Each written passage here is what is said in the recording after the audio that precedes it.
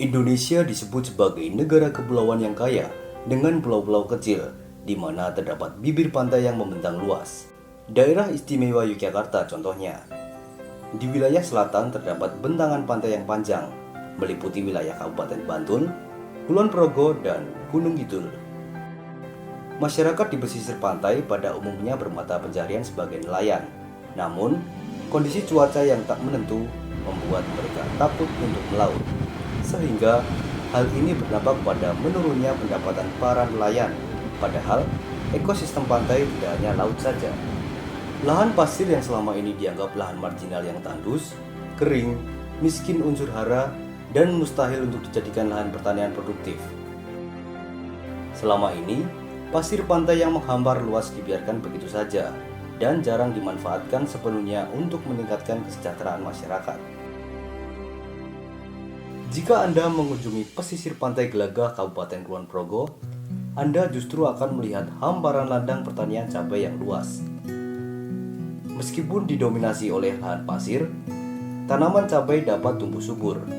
Hasilnya pun tak kalah dengan tanaman cabai yang ditanam di lahan sawah. Subardi, seorang petani asal desa Gelagah Kulon Progo, adalah orang yang merintis pertanian cabai di pesisir pantai Gelagah. Subardi menanam cabai sekitar tahun 1993. Saat itu, belum ada lahan pertanian seperti sekarang. Kemudian ia belajar mengolah lahan pasir tersebut dengan teknologi pengairan sumur renteng. Dari waktu ke waktu, Subardi terus mengembangkan sistem pengairan air untuk lahan pesisir yang kemudian juga diterapkan petani-petani lain.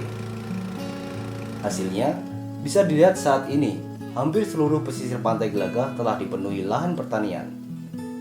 Di tahun 90-an ya, itu kan saya selalu komunikasi dengan teman-teman saya dari desa Karanguni. Ketika itu saya kan saya memberitahu teman-teman waktu nanam semangka. Nah, saat itu saya melihat di sana itu banyak dikembangkan tanaman cabai. Setelah itu teman-teman saya itu memberitahu, "Mbok, di desa Gelagah itu ditanami cabai. Bagus loh Pak Bardi," kan gitu. Oke lah, pada waktu itulah saya mencoba sekitar tahun 92-93 saya nanam di sana. Saat itu cukup lumayan bagus sehingga banyak petani di wilayah desa Gelagah selalu meninjau, tanduran cabai Pak Bardi itu bagus sekali gitu.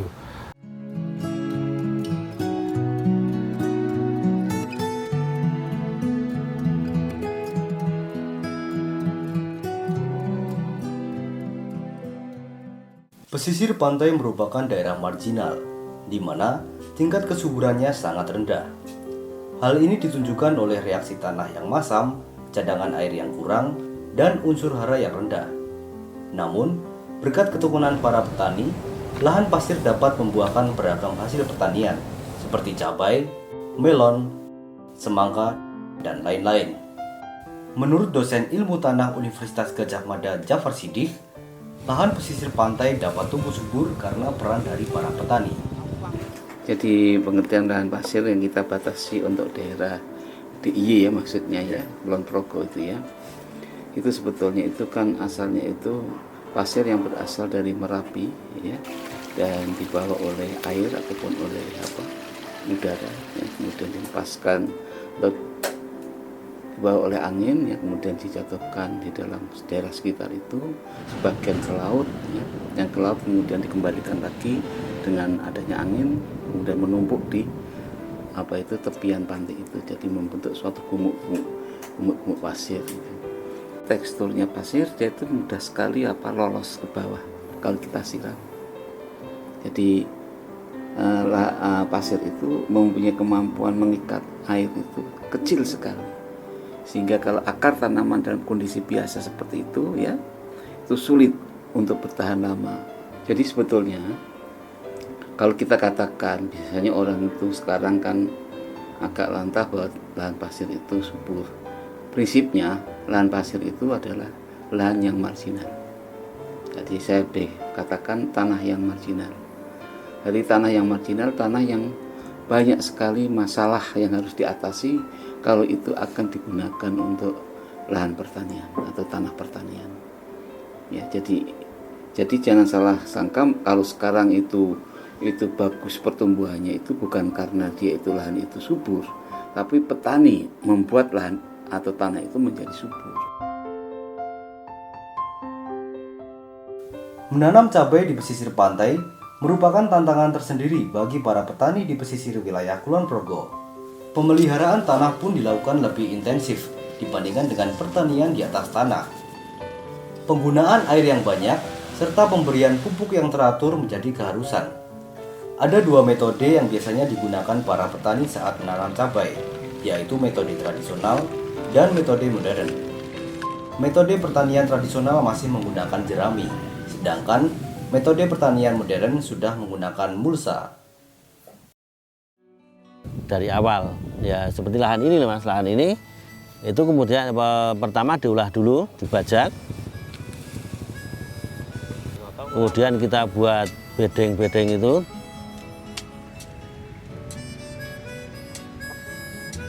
Terus kemudian kita kasih pupuk kandang, kemudian pakai pupuk dasar kimia campuran ya seperti Set A, Ponska, NPK, kita taruh di bedengan itu. Setelah itu kita campur.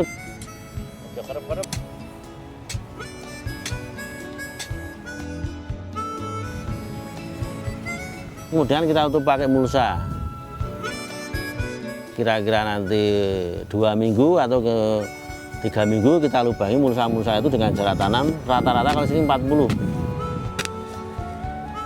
Nah, kemudian kita baru mulai tanam.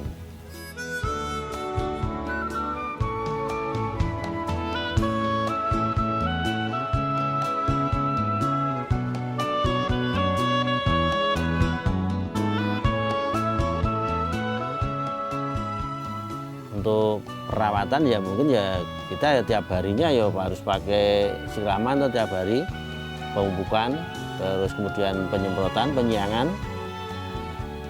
Itu tadi ya sampai akhirnya ya panen.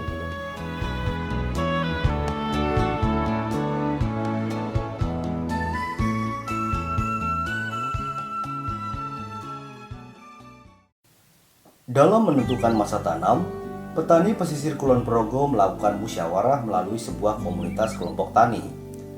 Komunitas tersebut bertujuan sebagai wadah bagi petani untuk saling berbagi informasi. Komunitas ini beranggotakan 10 hingga 20 orang dan setiap bulannya menyelenggarakan pertemuan untuk berdiskusi masalah pertanian, menentukan masa tanam, hingga kebijakan-kebijakan pemerintah disosialisasikan di dalam pertemuan. Dulunya itu kan karena ya untuk mengatasi ataupun kekompakan dalam kita bertani itu kan perlu wadah. Nah, Itu ada di sana segala aturan-aturan untuk pertanian itu kita bikin supaya kita itu bisa sepakat ataupun kita itu bekerja dalam arti bentuknya itu kebersamaan. Nah, makanya akhirnya dirintis untuk menjadikan suatu kelompok. Nah, di samping itu untuk kelompok itu kan bisa untuk istilahnya itu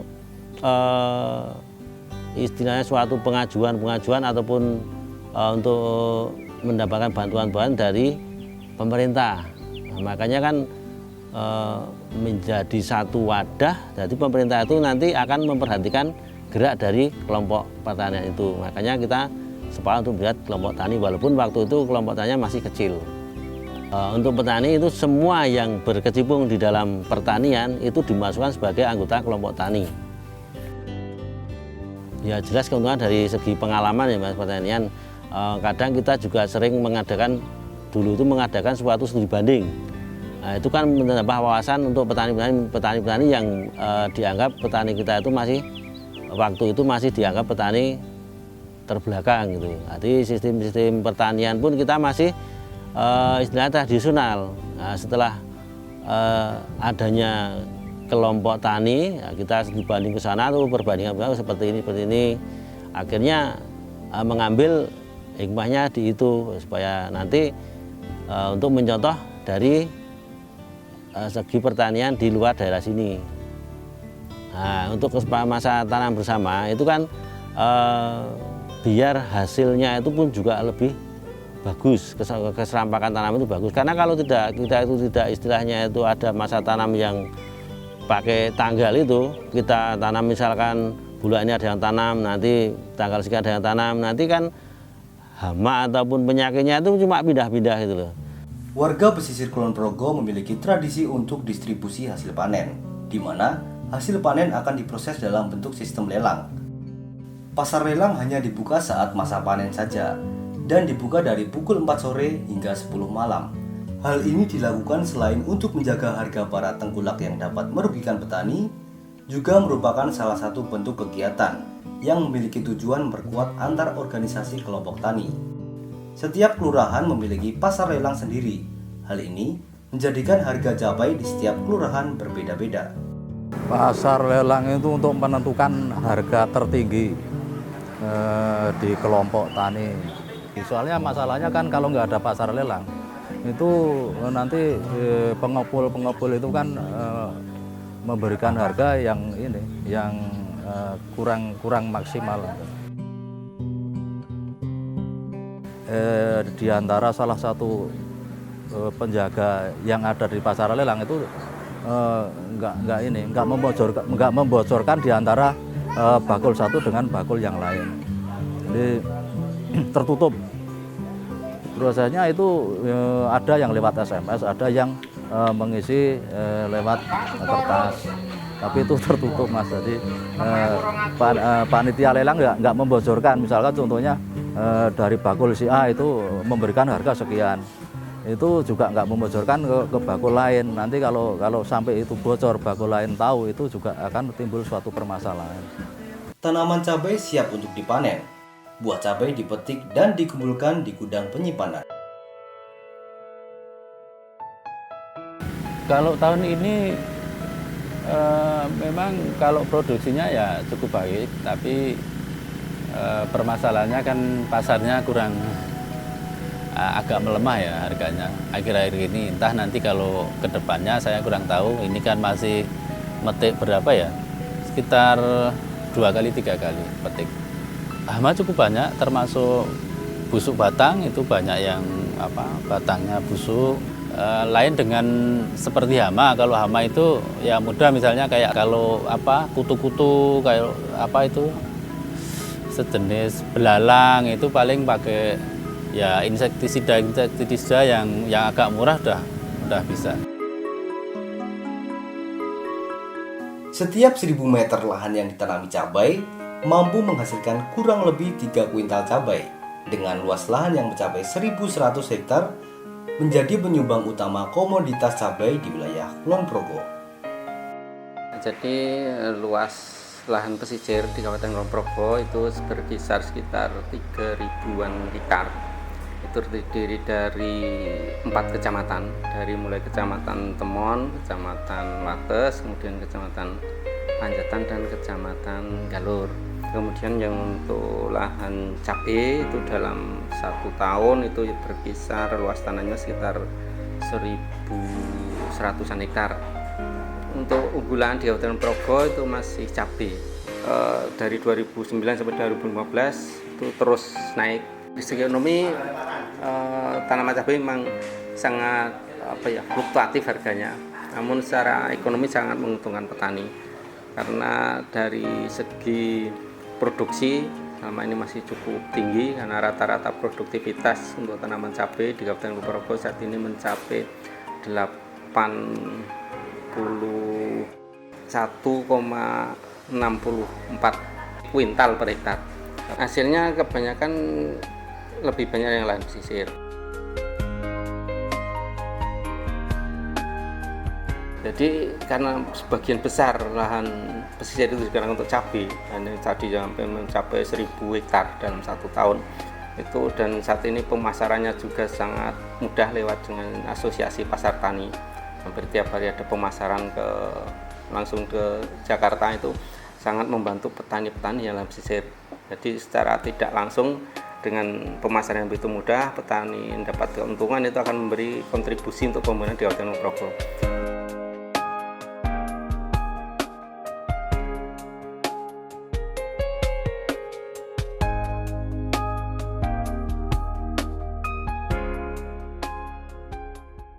Orang bilang tanah kita tanah surga, tongkat kayu dan batu jadi tanaman.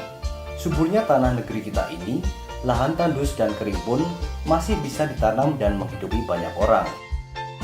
Lahan pertanian pasir di pesisir pantai selatan Kulon Progo ini diharapkan mampu menjadi inspirasi bagi daerah-daerah lain untuk mengembangkan potensi pertanian yang bisa digarap di lahan pasir sehingga mampu menciptakan lapangan pekerjaan baru bagi masyarakat pesisir pantai yang umumnya bermata pencaharian sebagai nelayan.